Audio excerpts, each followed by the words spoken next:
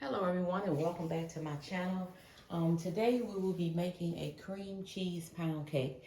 This recipe has been passed down through my family for many years. This is a very good moist cake, and I'm going to show you exactly what to do. Before you start your preparation, make sure you check out the description box. I will have everything listed there. I did a video before for you that are watching for the first time. I did a video before. It was a lemon cream cheese pound cake. So we're going to change it up just a little bit. So what we have in here, we have an 8-ounce cream cheese. We have 3 sticks of unsalted butter. And these items have been left out overnight. There's nothing wrong with it. It won't be any harm in doing that. So what we're going to do now, we're going to add 3 cups of sugar. And I'm going to do this gradually. So I'm just going to add half of this, and we're going to mix this and let this cream.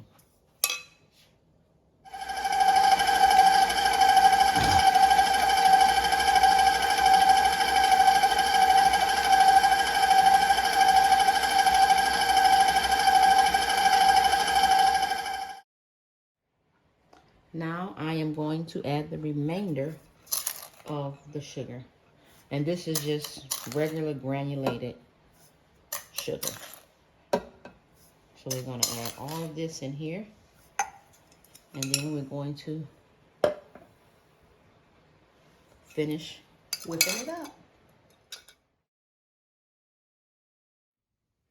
This is the consistency that you want for your cream cheese and your butter. Now we are going to add the eggs. I did put the eggs out like on the counter in a bowl at room temperature. You can do that for about 30 minutes. And the reason for that, the eggs whip up to a greater volume when they have a chance to warm up a bit. So when you hear that term, room temperature for the eggs, and you're wondering why, this is the reason.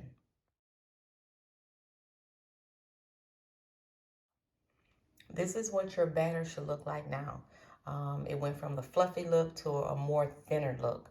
So we're going to go ahead and add the flour in. The next step is the flour. Before we add the flour into the batter, we are going to sift it. We are using Swans Dawn cake flour. But if I want to thin this out just a little bit more, I am going to use a sifter, and I'm going to sift this and make this flour thinner. Some bakers do it, some don't. But I'm going to sift this, and then we will add this to the batter.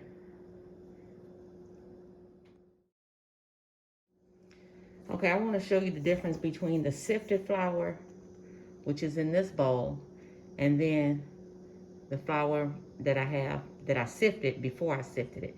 This has more lumps in it. Now this is thinned out. So that is a reason why I am sifting this flour. So we're going to go ahead and add this gradually into the batter.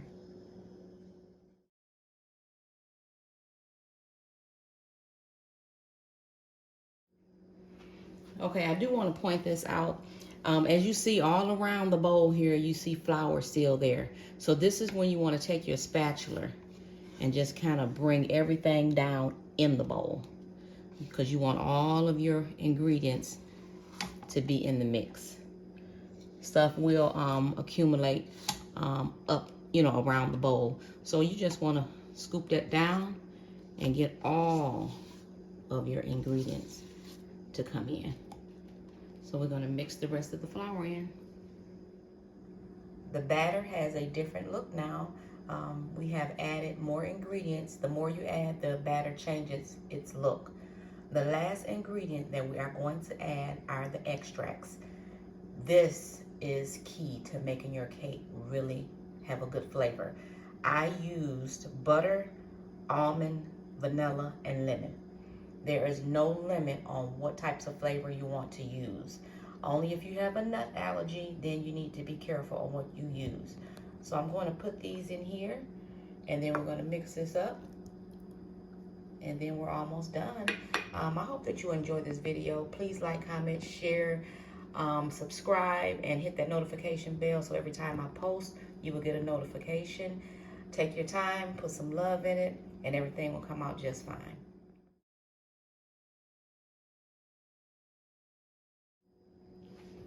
I really want you to take note to this last step before we put it in the oven. I have a bunt pan that is Teflon. If you don't have this kind, you can use this kind.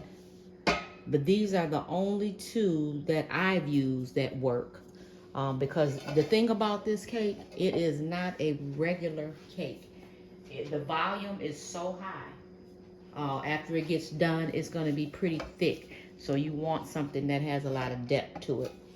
I have on a glove, and I'm going to use some all vegetable shortening, and I'm going to grease this pan really, really good, all in the cracks, because when it's time to take your cake out, you do not want it to stick. That will just defeat the whole purpose of making the cake if it doesn't come out right. So we're going to take our time, and you're going to get, I'm going to do a little close-up. You're going to get all in those grooves.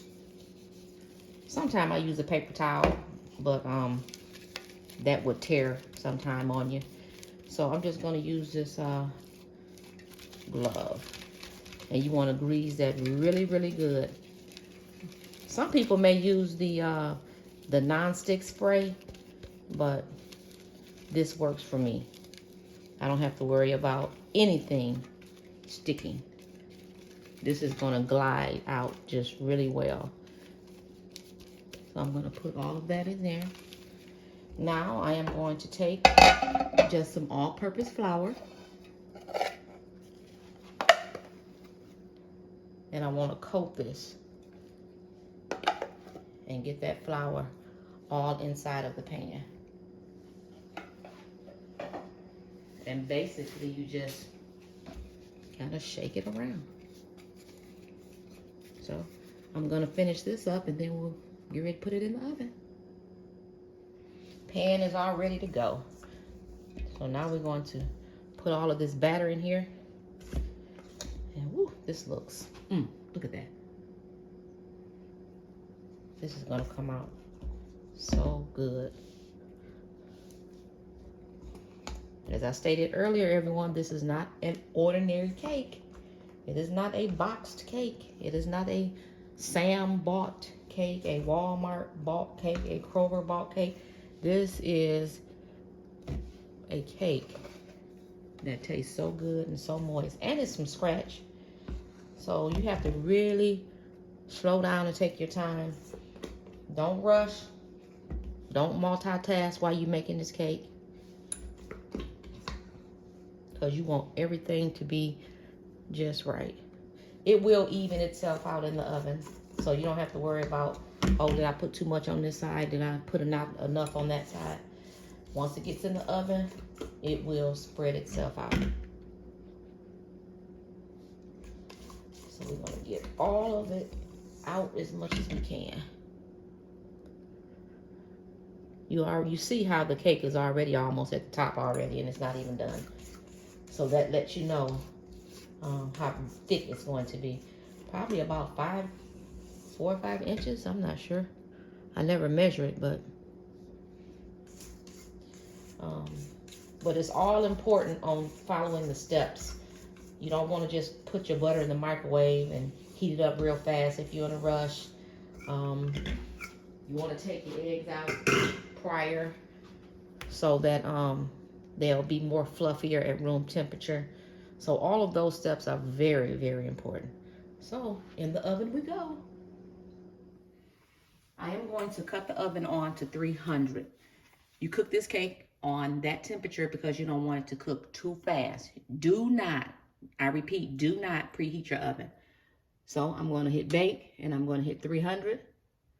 Start. Also, what I did was I moved my rack up to the middle. You want your cake to be center, not too high, not too low, because you don't want the top of the cake to get done before the inside. So that is key. Please, if you can possibly move your rack in your oven, move it to the middle.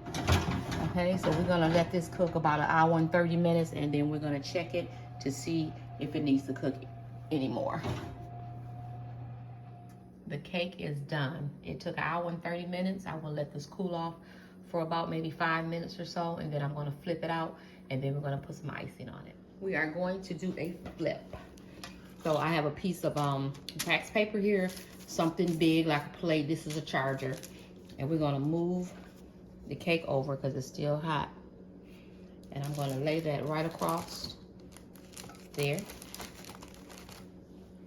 Take you something that you can use because you don't want to burn your hand, and get a good grip and flip. And hopefully this will just slide out. We're gonna see.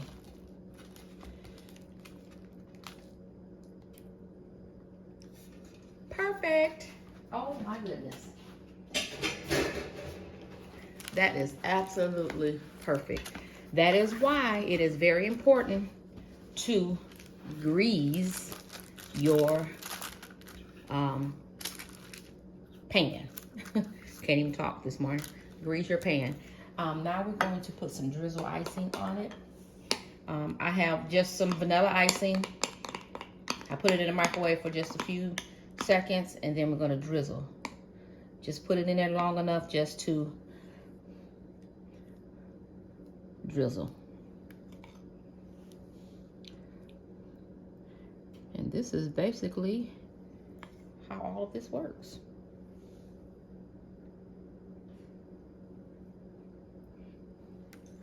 You can use how much you want to use.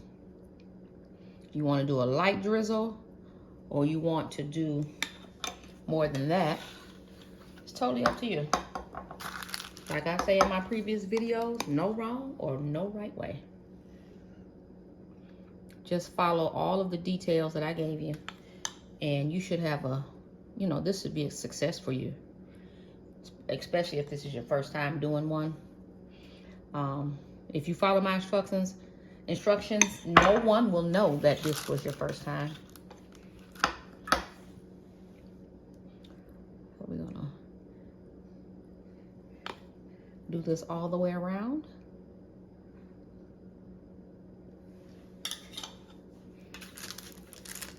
Just keep turning it over. And drizzle, drizzle, drizzle. This is the fun part. The preparation, yes, it does take a while.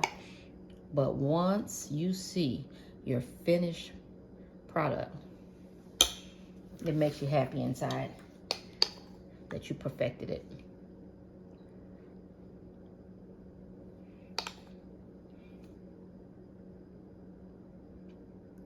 Today is Memorial Day.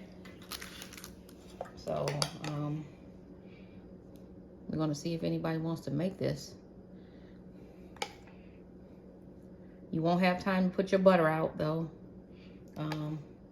You can throw it in the microwave, but you can do it for like real short amount of time.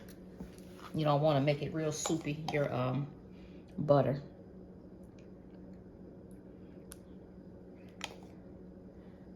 There's a quick version.